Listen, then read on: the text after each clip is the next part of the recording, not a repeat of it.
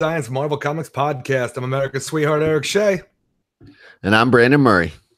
And this is episode number 14. And as you can probably tell by now, Jim's not with us tonight. So it's just going to be Brandon and us. Brandon and us. You can tell how often I end up doing this beginning like this. Yeah. But hello and welcome. It's going to be a little off here. We're about to get into this week's books. Before that, just let me tell you that you can find us at Twitter at WSMC, on Podbean at WeirdScienceMarvelComics.podbean.com. And really, that's about it. Let's get into the first set of books here with the Amazing Spider-Man #2, written by Nick Spencer with art by Ryan Ottley, Cliff Rathburn, and Laura Martin, and VC's Joe Caramagna. An alien invasion hits New York City, and the only one who can stop it is Spider-Man. But that's far from all that you'll find here. A revelation from the past puts Peter Parker's job jeopardy, and if that's not enough, you'll see a new roommate, new love interest, and a new villain. Spider-Man goes back to his basics courtesy of Nick Spencer and the Marvel debut of Ryan Ottley. And right away, I'm concerned because we start this issue off in a safari scene, and all I can think about is Kraven the Hunter and how much I hate Kraven the Hunter. That's all I thought about too, and I'm already getting hints that there's some sort of Sinister Six, boiling under the surface here, because what else are we showing Kraven the Hunter for? Other than that, I think it's just to piss me off. Yeah. That's the thing, is I have no idea, especially from the revelation we get at the end here. I don't know if we're going to have the Chameleon show up, or if we got this is taking over New York. I'm like, is this a scroll thing? Because right away, our cliffhanger for this is my favorite thing about this issue, even though I still enjoy it for the most part. But the whole thing where Spider-Man meets Peter Parker after a big,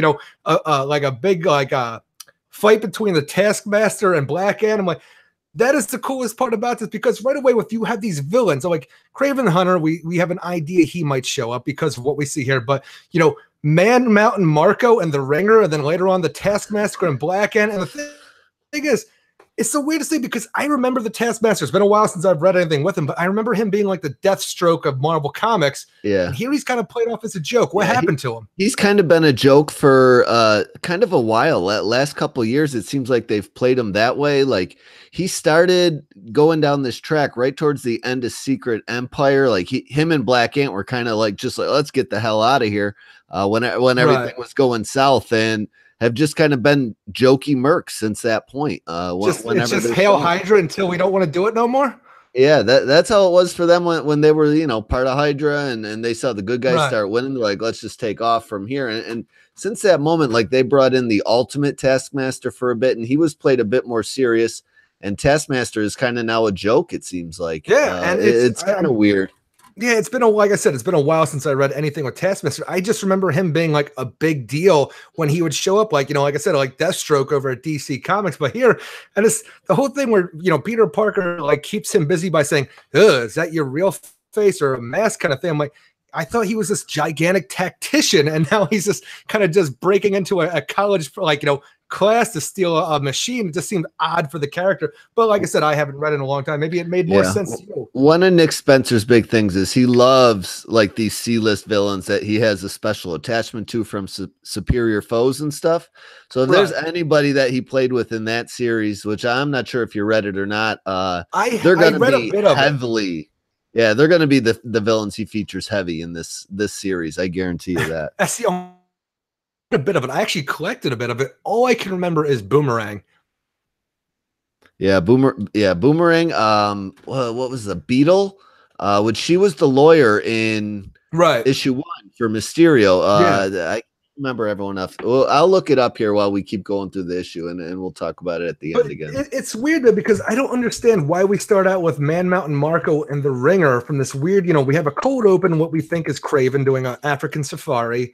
Then we have, Spider-Man taking down Man Mountain Marco Fair, which I don't know where this all fits in or why, because we just leave back to where the issue with Peter Parker and Mary Jane waking up after, I have to imagine, a night of passion, which has rekindled their love for one another. This was definitely easing my frustrations from issue 1, where I thought they were just playing with this. It wasn't going to be explored, but no matter what happens to Peter now, it seems like he really doesn't care as long as MJ's in his life. It makes it all better for him, which I'm fine with, He's talking everything that's coming up Millhouse form, like one thing is coming up Millhouse for you, buddy. Everything else is terrible. There's a point where you have to go back to school, and the whole thing is so weird. The idea that now he has to work for Dr. Kurt Connors, who will periodically be lizard control of it because of this whole thing. It really feels like, do you remember in the original Spider-Man 2 movie with the inhibitor chip that kept Dr. Octavius in control of his tentacles? Yeah. We have the same thing now in an adamantium case on the back of Dr. Kurt Connors that allows him to maintain himself when he's the lizard, because otherwise he'll be tased to his point where he's knocked out. Just such a weird thing. Like, why are we having callbacks to Sam Raimi's Spider-Man 2, it seems like?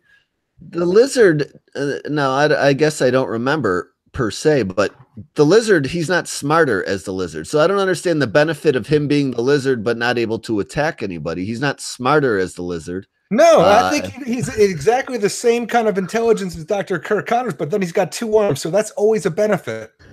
yeah, I guess that is, he's able to talk. It always comes out with the hiss thing, like Cobra Commander, what I'm saying, when he hits those S's. But he just scares the crap out of Peter, basically.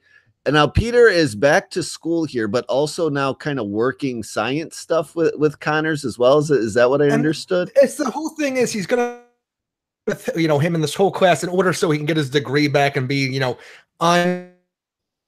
unashamed in public because of this whole thing that's come out against him about plagiarism, stuff like that. But the whole idea around is an isotope genome accelerator that turns Peter in this whole thing, and we're going to just do some weird stuff with it for science sake. I'm like, there's worse ways to get your credit back, I guess, Peter, from you just you're not doing your own super sciences and your own super successful like company anymore, but you get to do this kind of thing here. I don't know if it pays anything, but that's the thing is too, he's lost his job, he's lost his degree. What is he doing for money unless he's now going to be working for Empire State University?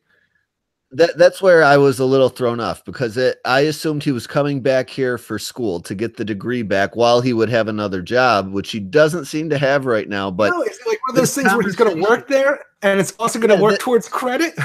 That's what I can't figure out. Yeah, I think he's going to get paid and get credits, like double dip at this place almost. It seems like, you know what? It seems like it's not a bad thing to get discredited in front of all your colleagues anymore, because all you get to do is go back to school, get paid for it, and have a jolly old good time.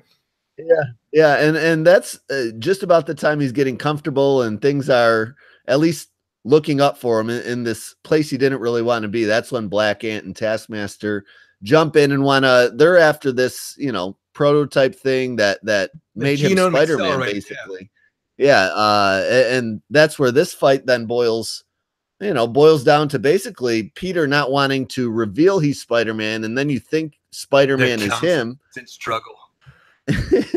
Yeah, but then he ends up saving the day with this smoke as well. It's a weird thing because it's not Taskmaster and Black Ant. They're like, might not be working with Hydra anymore, but they are working for somebody to get this machine. But that's the whole thing. It's like, man, like Spider-Man showed up. This must be why the guy paid us so much for this. How would he have known? And that's the whole thing. How would Spider-Man would have known that, Taskmaster and Black Ant would have showed up? And this is my favorite part, because while I love Spider-Man banter and the whole, the wittiness of the character himself whenever he's fighting somebody, gets a little bit over the top here. I could see where you guys were coming from when you were talking about the free comic book day of Amazing Spider-Man and not liking the dialogue and that. It got a little bit towards that angle for me with this issue, but it was all taken care of when, the smoke clears, Spider-Man comes in, takes care of it, everybody saves the day. And Spider-Man, how would you have known to come here? I'm like, Peter's going to have to work out something. And then it's revealed, hey, I know you. And Spider-Man helps up Peter Parker. I'm like, it's the weirdest thing, because going into this thing, Dr. Kurt Connors was the lizard when we had the big cliffhanger last issue, is because they're going to work on this whole thing with the class about this genome deal, maybe about separating Dr. Kurt Connors from the lizard. And I didn't see anything get activated to the point where it's like, the machine's going wonky. Oh no. Which might have separated Spider-Man from Peter Parker. But it seemed like that's the kind of thinking that, Nick Spencer was doing when he was writing this. He was setting this up so by the end, oh no, did the separate Peter Parker from the spider? Which I think would just become Man Spider and be gross and scary. Yeah, I'm going all the way back to the Clone Saga nonsense that just ended last year, where consistently when Peter was running Parker Industries, Prowler would end up being Spider-Man while he was doing appearances and stuff. So it could be some of that still lingering around, like maybe Prowler helping him out. I don't know if it's that or Ben Reilly. Could it be that? But that series is wrapping up. I mean, with Spider-Man and clone stuff, it could be one of 1,000 things. You never really know. So I just hope I'm telling you. And you said the Clone Saga ended last year. I'm like, Clone Saga ended for me back in 1996. I don't know what you're talking about. Yeah, well, the third edition of it, or however many times they've gone to that well. But no, it seems like they were setting something up, but since you didn't get any of that super weird science stuff going on where the machine's gone wonky, there was nothing here during this fight to make me think that something weird would have happened like that. And any of the other things, if Ben Reilly would have shown up, if Kane would have showed up, if Prowler showed up, anybody who is Spider-Man or would be Spider-Man-like to show up like this, there was no reason for any of these characters to know this would have happened. Hell, we even had Taskmaster and Black Ant in disguise outside as janitors to cover their tracks. So it's just like, I have no idea what this cliffhanger would mean besides for, the genome thing going weird, which there's nothing there to really say that, but they were setting it up with Dr. Kirk Connors, but it is enough for me to like this issue. I'm like, oh man, I need to know what's going on further. Not to mention that I like Mary Jane and Peter Parker being together again. Yeah, that's my favorite part by far. I mean, just flicking through the back pages real quick, it seems like they really focus on this potion that he's making, and I don't know if that has something to do with anything. Although you don't know what he's making, Yeah, it just looks like a smoke bomb when you're reading the issue, basically. So he could have changed, but that's where Spider-Man comes out of. So yeah, it looks like they're nowhere near the machine at that point. So it's a little confusing, the transitions and how all that comes to be. I'm sure we'll get an answer pretty quick next issue because I mean that's the cover you're looking at, Peter and Spider-Man face to face. So. But I liked it. I'm like, that's not going to happen. Get out of town. No, I know. I liked it enough. I still am on board with Nick Spencer. I find his humor to be a little more grating than entertaining at most parts of, the story where he tries to be funny. The art I absolutely love. Some of my complaints about faces and frowns from last issue are even already going away because I'm getting used to that stuff. And if I had to give this issue a rating like I gave it on the site, I don't think I'd go up much more. I liked it a little less than issue 1 just because of the villains featured. I didn't really have a good connection with any of them other than Lizard. And like you said, Taskmaster being a joke, are the worst. I don't know what the hell's up with these. Yeah. I used to love Spider-Man villains when I was a kid. And coming back, I'm like, who the fuck are these guys? Yeah, I mean, we got here for the characters he loved to feature in the Superior Foes run. It was Boomerang, Beetle, Overdrive, Shocker, Speed Demon. The current Shocker he had in that series isn't even alive. Or no, I'm sorry, I was thinking of Electro. But like we've seen Beetle. Boomerang's his roommate. I wonder if he's kind of just assembling these random guys that he just has a connection to. And those are the characters he wrote an entire series about. So they're going to be popping in and out of this book throughout his run. That also kind of grates me a little bit, but overall I give this a 6.8, a little less than last issue, but not much. I'm still really enjoying it for the most part. I'm interested to see what path this clone stuff leads down. I hope it's not the same old predictable Spider-Man territory. I really hope it's not a clone stuff. I really hope Spider-Man, you've done too much with the clone stuff. Let's move on to new territory, especially we're doing the X-23 as well going on with Gabby and Laura. I'm like, we don't need more clones going on right now. I know. I really hope it's like just a Sinister Six thing being assembled because we had Mysterio. We got a glimpse of Kraven possibly on the first issue. This could be Chameleon. Maybe that's 3 of them right there. So I don't know. We'll see. Yeah, I'm sorry. And I will go down a little bit as well. I'm not down as far as you. I think I gave the last issue a 7.5. This one I'm going to go down to a 7 because I'm still interested, but it is definitely a weaker issue besides for a few things that it's just a fanboy moments. Oh my God, MJ and Peter Parker being back together again. And plus, I really like that cliffhanger. The art all throughout was great though. Yeah, I actually like how they're treating MJ right now too. Like, as a shoulder for Peter and someone stronger than him, like on a personal level right now, instead of just like the damsel in distress. She hasn't been involved in the mix at all any yet, so I like all that too. So do I. All right. Well, the next issue we're going to be dealing with is Venom #4, written by Donny Cates with art by Ryan Stegman, J.P. Mayer, Frank Martin, and VC's Clayton Campbell. An ancient Clintar is awakened on Earth, and with it, something has stirred in Eddie Brock's symbiote. And while Venom would never do anything to hurt Eddie or an innocent person, the ancient symbiote has no such qualms. I have no idea what this solicit is. This has nothing to do with the issue. I know. I think they're referring to Null as the ancient symbiote, obviously, but yeah, it doesn't seem like they're really getting to the point of what happened inside the book. But I actually really still dig this issue. Not much forward momentum, but a cool origin story, I guess you could say. It's a cool origin story to the degree that, like, you know, like you think of the Bible, right? You have the Bible doing a bunch of weird stuff where, like, you know, it's creating the universe and talking about things, and not everything always adds up. Like, you know, how does, like, you know, they do this and then they have, like, we had Null in the void of space, and it was just darkness kind of thing. Because it does remind me of, like, almost like the creation, you know, story in the Bible, where all of a sudden, and then there was light, and it's a select planets and doing their weird stuff to it, whatever. But somehow we go to Null getting upset about all the noise and light and racket these guys are doing up in his, you know, his void there. And then somehow we get to the point where, and then I was creating a sword in a forge. I'm like, where did this forge come from? What happened? Like, how many eons are we talking about? Like, all of a sudden there's structures and your flames and you have a whole forge and hammer system set up. I'm like, what happened in between? Yeah, I don't understand. The part that really threw me off in the beginning was him pulling the sword. I don't know where he's pulling the sword out of, because it looks like he's pulling it out of a celestial hand. Yeah, but he's pulling it out of himself later on, but it does look like he's reaching in. I just think he's somehow, like, his arm is becoming ooze, and as he pulls it back out, as he reforms his arm, there's a sword with it, because that's the only thing that really makes sense, because, you know, there's no symbiote swords inside of Celestials. Yeah, I think just the point of it all is he can use just the blackness around him just to his advantage. You know what? It wasn't always tied to a symbiote in the beginning and this power that he had. I think that was just him, like, and he could control it, but didn't really have a concept of how to do it until the fight came to him, I guess. The abyss has teeth, and shadows only grow in the light. And with the idea that, you know, he is the shadow, the lights are here, he became more powerful with it and was able to create this whole thing using the light of the Celestials, I guess.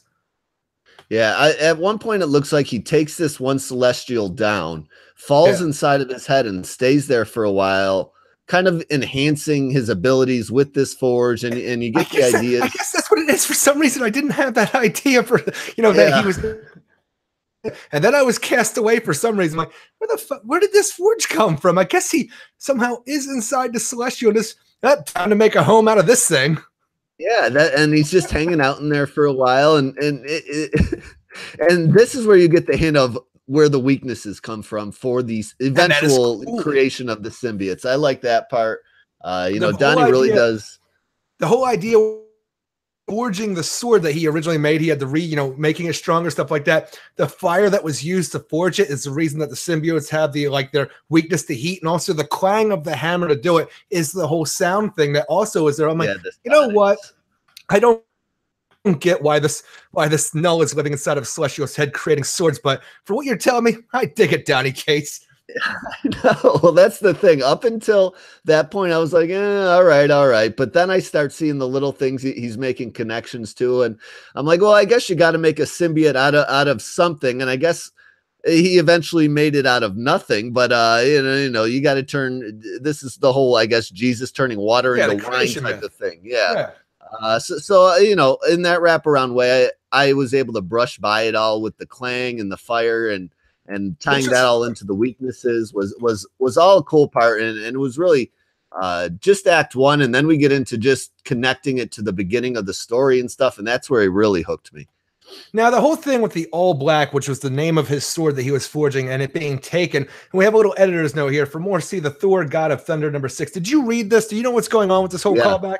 What is that? See, now, this was back to when Jason Aaron originally started his Thor run. And one of, like, the first villains he had Thor fighting was this dude called, I think it was the Necromancer, and he had the Necro Sword. And you didn't know at this point in time while reading that story, it was like a symbiote thing. He's obviously just making that connection now from a cooler story that happened in the past. But it was this sword that was just ruining Thor's day, and this guy Thor fought for probably like 18 issues before he finally really took him down. But this is where he's saying that connection was made. I guess Null fought that dude at one point in time, losing the sword to him. Okay. And that's just the connection he's making to all that. That's part of why the sword was so powerful. It was one of these original creations of the symbiote god, I guess. Have a giant connection to Thor throughout this, is what you're telling me, because then you have the necromancer who stole his sword, and then Thor who originally hurt him when he came to Earth. I'm like, all right, so Thor is the problem for the Null and the whole symbiote thing. Okay. Well, did you get the idea that also like Thor is the Beowulf these guys keep referring to? Well, that's not right though, because there is a Beowulf, and Grendel and the Big Mother is in Marvel Comics continuity. So that's actually the thing I hate the most about this, because they said that, like, the form, the dragon form that Null took, to do the thing, is the Grendel. I'm like, no, there is a Grendel who Thor also fought, and actually, I believe, cut off the arm, or Beowulf cut off the arm, and that is actually a Marvel Comics character. That's originally why I thought that Big Mother was this big dragon, and they were going to tie this whole thing into that, because that's what they're doing. But they're saying they're going against their own continuity and saying that, no, this is Null, but it's not Big Mother. It wasn't a dragon. So I'm like, what are you doing, Donny Cates? You had me on board, but why are you going against Marvel's own continuity where Thor has continuity with it? I don't get it. Yeah, that is true. See, I didn't know that, and I wasn't sure if that was what they were stating, that Thor was Beowulf, but that was the connection I made through the reading and stuff. Well, that's what they kind of say. Yeah, the obvious shadow image, and you can tell it's Thor, and he's the one that, they make the connection to issue 1. We saw those dudes boarding up the castle, and that's the fight they come back and show you here. And it looks like Thor stopped him and made him go away at this point. Thor showed him what pain was. Yeah, with the lightning. Yeah. That was and that's the thing. That's a really cool thing, because that's what actually brings us to our normal symbiotes as we know them, the Quintar, and what we know to be the whole Quintar planet, because this whole thing that Thor did with the lightning actually severed Null's connection to the rest of his symbiote children that he's created, and they ended up just being their own thing there, where Null is actually just then taken, because Null can be at different places just with the whole mental connection, the hive mind aspect, but Null was on this planet, and then the symbiotes, not having this hive mind, kind of just wrapped around him, sinking him into it seemed like the center of the planet, almost as a cage. He's like stuck in a cage of himself, basically. Yeah. Which is weird. It's a weird concept to think of, because it'll actually throw you off trying to think about, where Null is now, talking about, he's on Earth talking to Eddie Brock about while he's still on the planet Quintar, being absorbed almost to by the rest of the symbiote, because Quintar isn't what the planet is. It's the symbiote word for cage, which he's in, created by his own offspring and children. And the reason that he is a part of all these different things. But it's weird to think about that as well, because, yes, he was on Earth, and that's why, we have the Grendel and stuff, that like the dragon form of him, because he was originally here, but, the hive mind to the rest of the symbiotes everywhere, like he wasn't there at the time. So there's this original self on Quintar, and then there's his little his avatars that are at different places. Yes. Like it could be even more places than on Earth and in the center of Quintar right now. But just like this whole idea, I actually had to go back and reread it a couple times. Like, what the heck are you trying to tell me here, Donny Cates? You're getting a little deep, and I think I'm stuck in Quintar. Yeah, that's the part that confused me too, because I'm like, how is he still stuck in the middle of this planet? If he can control this giant dragon from all the way across the universe, why can't he just tell them to get away from him and kind of weasel his way out from the center? That's the one part that's confusing me. That's the other thing, where he talks about the whole idea of the light, the original light that we had when he fought the Celestials, and what in the universe itself and stuff like that, where when the connection was severed when Thor attacked him, we had the symbiotes go, and they're taking more hosts from mortal beings and stuff, like the physical beings, and the light within them, like he says, the honor and the hope and stuff like that, it started infecting the symbiotes who were actually around their host, and it made it so that they couldn't be connected anymore, I guess, and actually that's the reason they went against Null in the first place. But like I said, I think because his Grendel form was already on Earth, and he was already in control of that, I don't think he can grab a hold of these symbiotes that are on the planet themselves, because they've reproduced so many times since then and been infected by the hope and the light, that there's no way he could ever reach them again. But there's original constructs that he created, I think, on Earth, maybe other places as well, we don't know. I think those are still things places that he can go and communicate through. Okay. That's how I took it. Yeah. I mean, I'm sure it just feels like he's spent so much Well, he does. He spends so much of this issue trying to think of every answer to what question you'd have about Grendel. I know. It's like, oh, what about this? Oh, here it is. Yeah, but it's just like it was almost a little too much explaining at points. I still enjoyed most of it, but some of it you would just get lost in the explanation. That's almost just a little too deep for what you need. You know what I'm saying? Oh, I do, because I went back and reread it a couple times, and each time it's like I'm trying to explain it to myself, and like I'm trying to dummy this stuff down. And what I might end up be doing is just making stuff up, I guess, but just ways for me to try to understand the whole idea of the hive mind aspect and all the different and how long Null's been in this cage in the center of the planet that is made up of symbiotes. I'm like, you are throwing a lot at me, Donnie Cates, and it's only issue number 4, and I appreciate that. You're not holding my hand. You're going along. I'm like, you're recreating the symbiotes, kind of or doing a good job of it. You're gonna leave a few people behind, I'm afraid, with this whole thing with this character. Yeah, so I mean, we do get a little bit of hero action after he's got Eddie basically under the spell. Eddie just wants to know it all. And at this point, Null's a little distracted, and Miles is starting to wake up a little bit and kind of gives him another super punch here. Which I'm happy Miles comes through, because I actually forgot he was there. Yeah, I totally did too. And you don't even really see him till about 3/4 of the way through the book. Like, oh yeah, there's Miles. By the end. And yeah, he ends up socking Null. I guess he doesn't remember. This doesn't do much to him at all. At this point, he tries to escape. They're still stuck inside this cocoon they think they're in, still on Earth. Well, he says the Grendel, and I guess that's what the cocoon was, and the dragon form of him. But he's like, when this Grendel is complete, when I find its missing parts, it will come for me. It will free me from my Clintar, from my cage, and then I will finish what I began. I will rid my dark kingdom of the incisive light once and for all. I'm like, the whole idea of the Grendel, the Grendel as it is missing an arm. That's the whole thing of the Grendel, like, even in the Marvel comics. But I'm like, when did this Grendel miss its arm? And like, and now it's going to search for something. I don't understand why it has to search for its missing arm to go and somehow stop the light from infecting the rest of the symbiotes after all of these eons. It's just a weird thing to see out of nowhere. And then we're just flying in space above, the stratosphere, it seems like. Yeah, it almost seemed to me that Miles thought they were still stuck on Earth. He was just going to rip himself out of here, pop himself out in New York, and he's just like, oh, God, oh, no.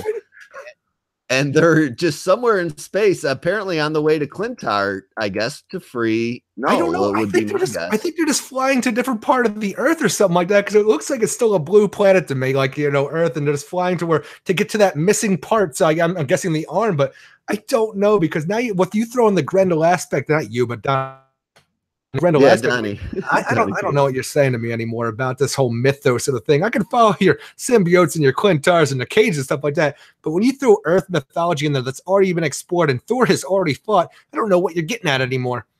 Yeah, that throws you off a little bit. I still enjoyed it overall. So did I. I really wish we got a little more forward progress, which is kind of my main beef with this issue at this point in time. Well, it turns out we did. We just didn't know it because we were stuck inside the Grendel. It was doing a bunch of stuff without us knowing about it. Yeah. So who knows? Maybe he found his arm and he's on his way to Clintar already. Who knows? It's a long story by Null there. So I don't know. What'd you think of it overall? It's like Batman telling his greatest regret. It took so many issues, like it's supposed to be a night or something. All this stuff went down in between. It's a war of freaking symbiotes and hosts. But no, overall, like usual, I love the art in this issue. It's probably my favorite art in Marvel Comics right now. This was a little bit of a down issue for me, just because, like you said, the forward progression. And I think, Donnie Cates was writing a little bit over people's heads. I say that. I don't speak for everybody. He was writing a little bit over my head, I think. I tried to pick up the pieces and put them where I thought they fit. But it's a little bit down, and that's not bad, though, because I still enjoyed it at a 7.5 out of 10. Yeah, I'm a little higher than you. I had a lot of fun with the connections he made. I really am bumping it up for that Thor connection, especially because I read those books and it was cool. I think you're down a little bit with that whole Grendel past about, and I know nothing about it. So the whole Thor connection and him being Grendel also was kind of cool to me and upped me a little bit.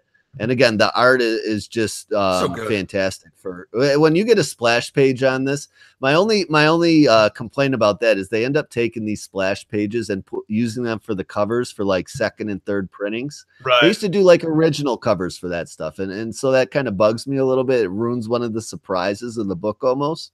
But that's nothing that would bring a score down. But those splash pages always look fantastic. There's always everything looks so good in this book. Yeah, and even the one part, there's like 5 panels across the bottom. They're really small, and even those small panels look great. Yeah. I'm at an 8.5 for this book. And even that, it's one of my favorite fresh starts. There's not even a lot of color in this book, but the little color they have really just pops and accentuates what we're dealing with. We got reds. I'm like, you know what? For what story we're telling, that's all we really need. Yeah, it is. It's so much black on a page, and it's almost like a lighter black shadowed with black, but it looks fantastic. Well, that's all. Let's move on to X23 then, with what's X23 number 2, written by Marika Tamaki, with art by Juan Cabal, Nolan Woodward, and VC's Corey Petit. Cloned from a warrior raised as a killer, Laura Kinney has gone through hell and come out the other side a hero. After a stint at the all-new Wolverine, she returns to her roots as X23 to make sure no one ever has to go through the horror she did. With her sister Gabby and their pet Jonathan Intel, their pet Wolverine, X23 forges her own destiny in this new series by Marika and Juan Cabal. So yeah, that's what we got for X23 number 2. I'm telling you, they have these weird solicits. Like Jim usually takes care of these things. I didn't realize the solicits come out and said they just give you one solicit for both issues. I'm like, yeah, we already go with that. It's kind of like the way DC does it too, because that Spider-Man solicit was word for word like issue 1 and nothing about issue 2. Yeah, I don't get what Marvel's doing with this. Maybe we're going to start writing our own little individual blurbs like we do for the DC Comics one. I don't know. But this issue, it's a little more fun that way. I was ended up talking to, I think, John Wayne a little bit on the Slack chat about X23 and stuff like that, because Jim was complaining that he hates everything, and I just got done reading this issue. I'm thinking to myself, you know what? I don't hate Gabby, and he ended up talking about how this issue, like the story so far, there's not a lot to sustain what we're dealing with. The whole idea, let's hunt for people doing the whole the healing factor and the and DNA and stuff like that. There's not a lot to what we're dealing with that, but the whole interaction with Laura and Gabby for me so far, and for John Wayne, it's actually keeping this book afloat in my mind. Because I'm telling you, I jump in, we're like, Laura's having a whole like dream thing. We're learning about, the idea of what happens when a mutant dies and a mutant clone and what happens like that. And all of a sudden, there's this Gabby jumping on top of Laura yelling pancakes and giant smile on my face. That's all I needed to get into this book so far. Yeah, well, we started off with like a total Debbie Downer situation with recapping the Cuckoo's sister's funeral, and I think they only go over one of them at this point. It seems like they're really focusing on the one that re-dies this issue. She can't catch a break. No, there's 4 of them in the one bottom panel at the first page. Yeah. So it seems like that's what they're really spotlighting. And then it goes from real dark to real light real quick. But yeah, it looks like there's a burn victim mummy on that one splash page. I'm like, couldn't we pick a different way to highlight this panel? Not really a splash page. The one dies, Sophie, I'm guessing. She dies. And, we have like you said, the whole Debbie Downer thing with her original funeral. The Cuckoos wake up because of what we had in last issue, where the other Cuckoo ended up killing her, and they rush over. Oh no, there's something wrong. And I don't ever want to see this thing again. The thing that should be wrong is that your one sister, she's dead, but look what your other sister looks like. That's the problem in my mind. She's not sad at all, first of all. I don't know if she just doesn't have mascara, so you can't see her tears, or she doesn't have eyeballs. One of the two is going on. This is the worst. And the thing is, what did that DNA, the healing factor, the freaking Wolverine like blood, what did that do for her in between these issues? Because I look at her, I'm like, you know what? Maybe you need a double dose, baby, because that didn't seem to help at all. Looks like she got King Tutted. Like overnight, she turned into King Tut. And the other one, like they have this hive mind connection. But wouldn't you be able to tell through a hive mind that your sister just killed your other sister basically through a needle? Like you wouldn't have any hint of this? We don't know what their plan is overall. And if the one is able to betray the rest or decide, you know what, I'm the one who disturbs one, like I don't understand the Cuckoo's connection to the degree because, yes, they are all clones. They all are great telepaths, but how do you keep secret?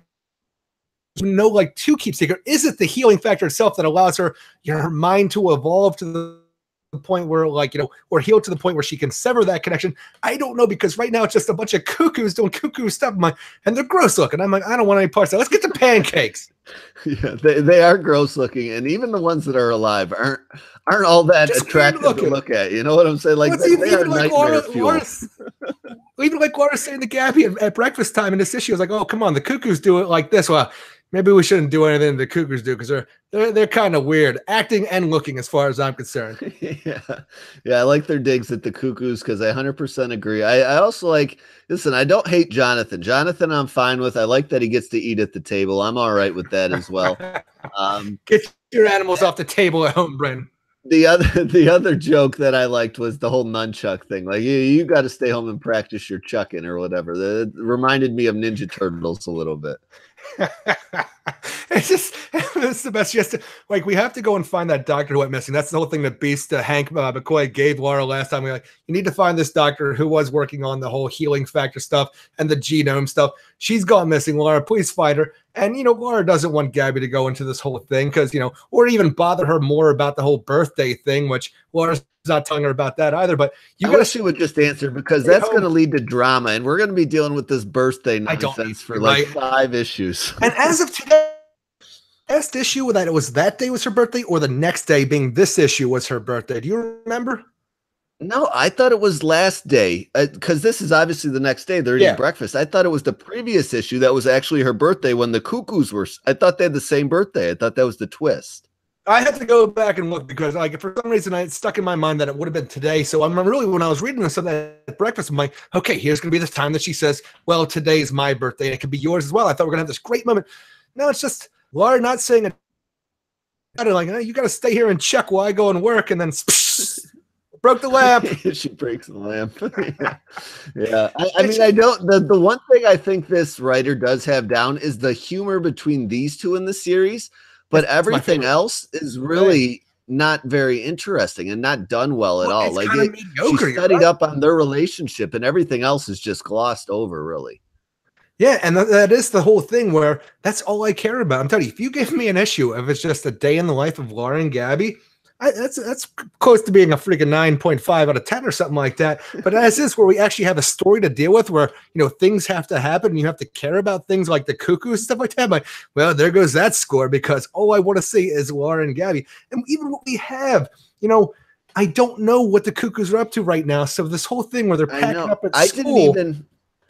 I'm reading, and I'm reading the story, looking at these panels, watching them pack suitcases and then run out to a cabin. I'm like, I don't know how I didn't put together they were running away, but I had no idea that's what was going on. I half expected until the bomb they to blow got up in the cab. Yeah, I really did too. I don't know any idea what these cuckoos are up to. We're 2 issues in. Yeah, they have a clone sister going on, but I don't understand where they went bad all of a sudden, why they're kind of doing a thing behind the X-Men's back. And that's the thing. They've always...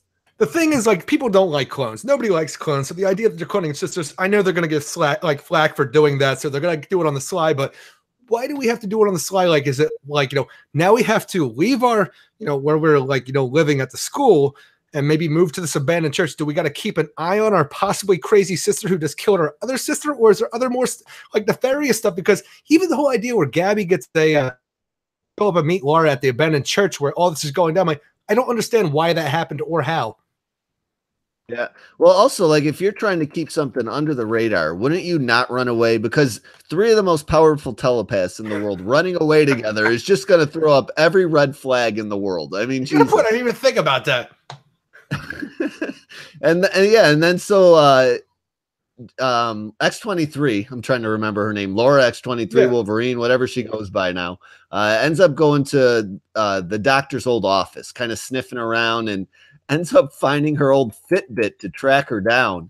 And I've said, obviously, I'm not fit then. And I had no idea this is how it works. And now that I know this is how things work, I'm like, this is an invasion of privacy. There's no way I'm ever going to have one of these things. Anybody can track you anywhere, Brandon. Yeah. It tracks your every step, shows you a path of every every step you've walked throughout the day. So that's how she tracks her down to this, what, the church the cuckoos are at.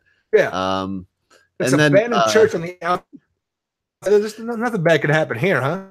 No, you got the 3 telepaths who are always kind of suspicious, up to suspicious activity anyway, hanging out together in an abandoned church. This is A-okay in my book. But then she's kind of smelling. She notices things are off, and then sees like this empty bed and just says the word death.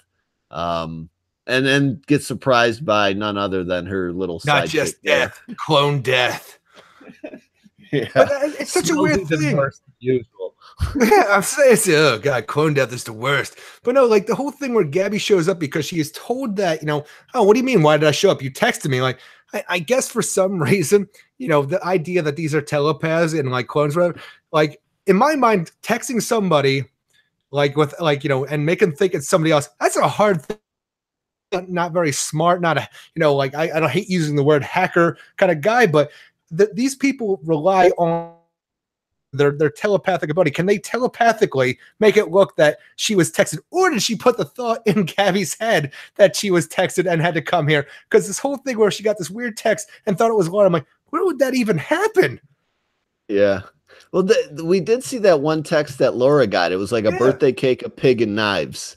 That was from the cuckoos, right? Yeah, that was from the cuckoos then. That was from Gabby because it was about the birthday party that she still wanted.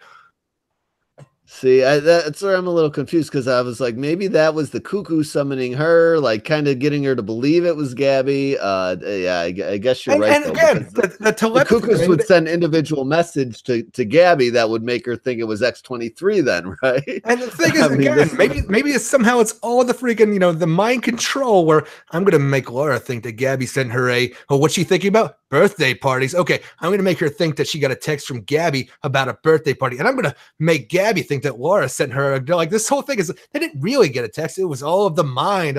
I don't know, but it's the weirdest thing because, and then when we had the whole, when the cuckoos are like, it's a trap. You guys have, they reveal our trap. And then all the art becomes red. I'm like, I don't know what happens in this thing. They make themselves look like there's a whole room full of cuckoos.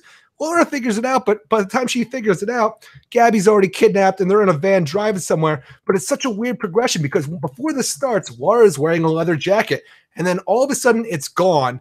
And I don't know where it would have gone or how it would have come off, but Laura and Gabby, and they're pretty much seems like they're wearing the same thing, but then Gabby's in the back of the like this van all tied up. Yeah, when the art went red, I got angry. I had no idea what was going on. I didn't have any idea how to follow it or read it or any of that. She obviously fights it off. Yeah, her coat's off. You see it on the floor there in that one top panel. But you don't ever see it leave her body before it happens. It's just gone. Is that a part of the mind thing? She never had a coat. That was all in her mind.